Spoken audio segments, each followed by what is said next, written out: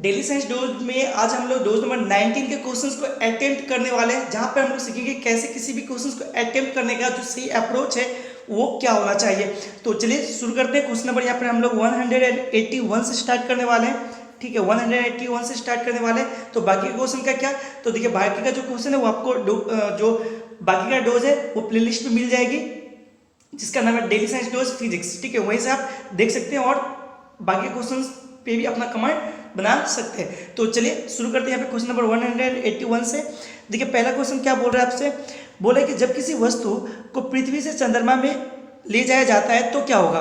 तो देखिए जब किसी वस्तु को पृथ्वी से चंद्रमा पे ले जाया जाएगा तो मास तो आपका वही रहेगा, मास क्या हो जाएगा, मास आपका सेम रहेगा, लेकिन चेंज क्या होगा, भार होगा। क्योंकि चूंकि हमको पता है कि जो चंद्रमा पर किसी वस्तु का जो भार होता है वो क्या होता है, वो होता है m।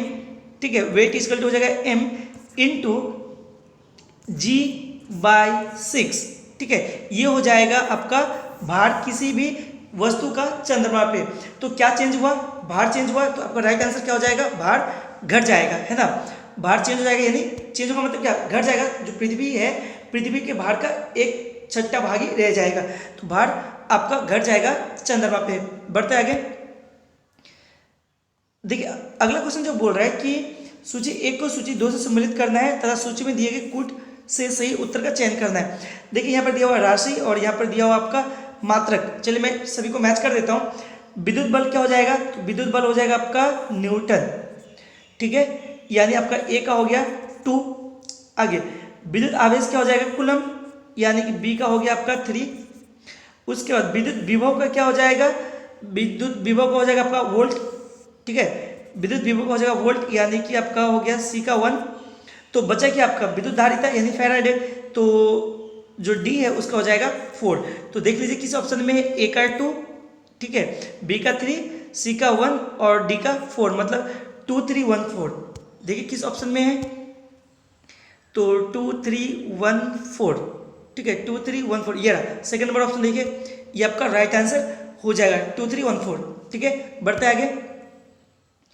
देखिए अगले क्वेश्चन में आपसे पूछ रहा है कि एक भू-स्थिर उपग्रह अपने कक्ष में निरंतर गति करती है। बिल्कुल, यह अपकेंद्री बल के प्रभाव से होता है। जो भू-स्थिर उपग्रह है वो क्या होते हैं, अपने कक्ष तल पर निरंतर क्या होती है, गति करती रहती है। तो ये होता है अपकेंद्रन बल के प्रभाव के कारण, ये भी सही है। तो ये जो अपकेंद्र बल जो होता है ये इसको मिलता कहाँ से, प्राप्त कहाँ से होती है, आपको बताना है। काफ़ी अच्छा क्वेश्चन है ये, UPPCS 2006 का क्वेश्चन है। तो बेसिकली होता है क्या है, ये जो आपका अपकेंद्रन बल जो है ना, ये पृथ्वी द्वारा उपग्रह पर लगाए गए गुरुत्वाकर्षण के कारण ही प्राप्त होता है। तो देखिए किस ऑप्शन में है, तो ये सेकंड नंबर ऑप्शन आपको दिख जाएगा, ये वाला देखिए, पृथ्वी द्वारा उपग्रह पर लगाए गए गुरुत्वाकर्षण से। तो ये आपका होगा करेक्ट आंसर। टिक करते हैं, बिल्कुल ये आपका राइट आंसर हो जाएगा। बढ़ते आगे।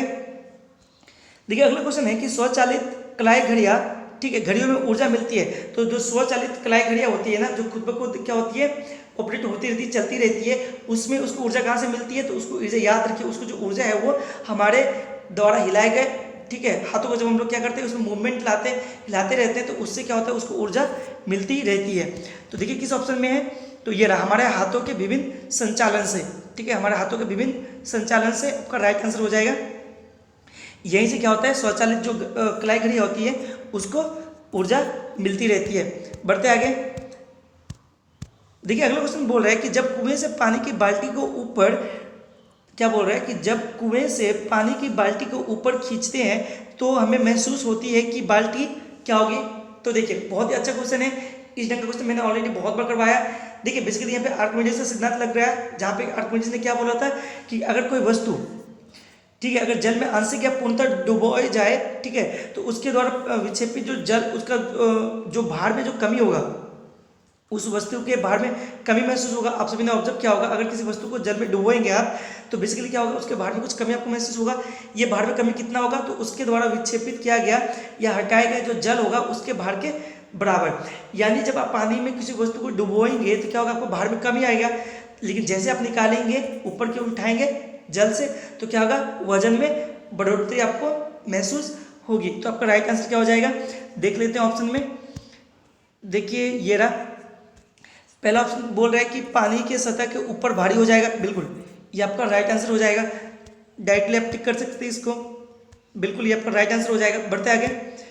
देखिए अगला क्वेश्चन है भारीनता होती है। तो देखिए डोज 80 ने मैंने बहुत अच्छे से समझाया कि भारीनता आखिर होता है क्या है। फिर भी मैं यहाँ पर एक बार बताता हूँ आपको, जो भारीनता होता है जब पृथ्वी का जो जी है, मतलब गुरुत्वाकर्षण जो है, गुरुत्वीय त्वरण है, वो अगर जीरो हो जाए, ठीक है, तो किसी भी जो वस्तु होगा वो क्या हो जाएगा, भारीनता की स्थिति में आ जाएगी।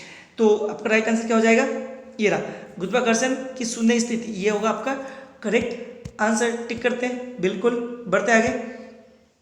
देखिए अगला क्वेश्चन है कि निम्नलिखित में से कौन सबसे अधिक क्या है, प्रत्यास्थ है, मतलब इलास्टिक कौन से सबसे अधिक इलास्टिक है। ये ऑप्शन देखिए, खुद से ट्राई कर सकते हैं आप। क्या है, रबर या फिर गीली मिट्टी या स्टील या फिर प्लास्टिक।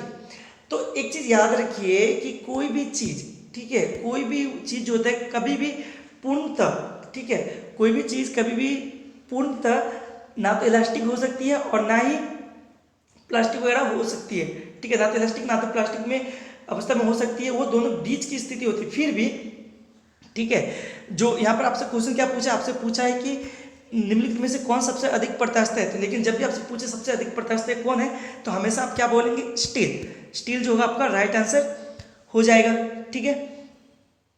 आई होप समझ में आया होगा। बढ़ते आगे। देखिए अगला क्वेश्चन है कि एक भू उपग्रह अपने कक्ष में निरंतर गति करता रहता है, यह अपकेंद्र बल के प्रभाव से होता है। तो जो प्राप्त होता है, ये अपकेंद्र बल प्राप्त कहाँ से होता है। तो देखिए इस ढंग का क्वेश्चन ये रिपीट हो रहा है। इससे पहले आपको शायद 86 नंबर क्वेश्चन में आपको मैंने बताया था, इसी क्वेश्चन को अटेम्प्ट करके। तो राइट आंसर यहाँ पे क्या हो जाएगा, उपग्रह। इसका राइट आंसर क्या होगा, पृथ्वी द्वारा उपग्रह पर लगाए गए गुरुत्वाकर्षण से। तो आपका राइट आंसर क्या हो जाएगा, ये पृथ्वी द्वारा उपग्रह पर लगाए गए गुरुत्वाकर्षण से। टिक करते हैं, बिल्कुल राइट आंसर है। देखिए अगला क्वेश्चन बोल रहा है कि घड़ी में स्प्रिंग में भंडारित ऊर्जा होती है। तो बहुत ही ईजी है। देखिए अगर स्प्रिंग को आप क्या करेंगे, इस तरह से पुश करेंगे, नीचे दबा कर रखेंगे, तो उसमें कौन सा ऊर्जा आ जाएगा, उसमें आ जाएगा कौन सा, स्थितिज ऊर्जा।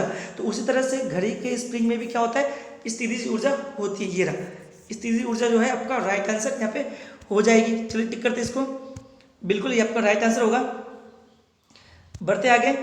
देखिए अगला क्वेश्चन बोल रहा है आपसे कि कक्षा के अंतरिक्ष यान में भारहीनता की अनुभूति का कारण क्या है। बोले कक्षा के अंतरिक्ष यान में भारहीनता की अनुभूति होती है, ऐसा क्यों होता है आपको बताना है। देखिए बहुत ही सिंपल से इसके पीछे लॉजिक है कि जो कक्षा होता है ना, इसमें जो त्वरण होता है, इसका जो आपका त्वरण होगा, मतलब एक्सेलरेशन होगा, बाहरी जो आपका गुरुत्वाकर्षण होगा, तो बाहर जो आपका गुरुत्वाकर्षण होगा, तो बाहर के गुरुत्वाकर्षण के कारण त्वरण, गुरुत्वाकर्षण जो है उस त्वरण के क्या होता है, कक्ष के अंदर के जो एक्सेलरेशन है उसके बराबर हो जाता है, जिसके वजह से ही अंदर क्या होता है, भारीनता महसूस होती है। तो आपका राइट आंसर क्या हो जाएगा, देख लेते हैं ऑप्शन में। तो देखिए पहला क्या है, भारी गुरुत्वाकर्षण का अभाव कक्ष में क्या है, कक्षा में त्वरण भारी गुरुत्वाकर्षण के कारण त्वरण के बराबर होता है। तो बिल्कुल ये आपका करेक्ट आंसर यहाँ पे हो जाएगा, ठीक है। चलिए टिक करते इसको, तो ये आपका राइट आंसर यहाँ पे हो जाएगा। तो क्वेश्चन क्या था, फिर से और एक बार देख लीजिए। बोले कक्षा के अंतरिक्ष यान में भारीनता की अनुभूति का कारण क्या है। तो कक्षा में त्वरण बाहरी गुरुत्वाकर्षण के कारण त्वरण के बराबर हो जाता है, जिसकी वजह से भारीनता की अनुभूति हमें होती है।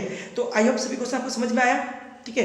तो आपको अच्छी भी लगी होंगी। तो अगर आपको ये अच्छी लग रही है तो आपको चैनल को सब्सक्राइब करना पड़ेगा, ताकि हर रोज आपको इस ढंग का डोज जो है वो आपको मिलती रहे, आपको और आपका जो साइंस पोर्शन है वो और भी स्ट्रॉन्ग हो पाए, ठीक है।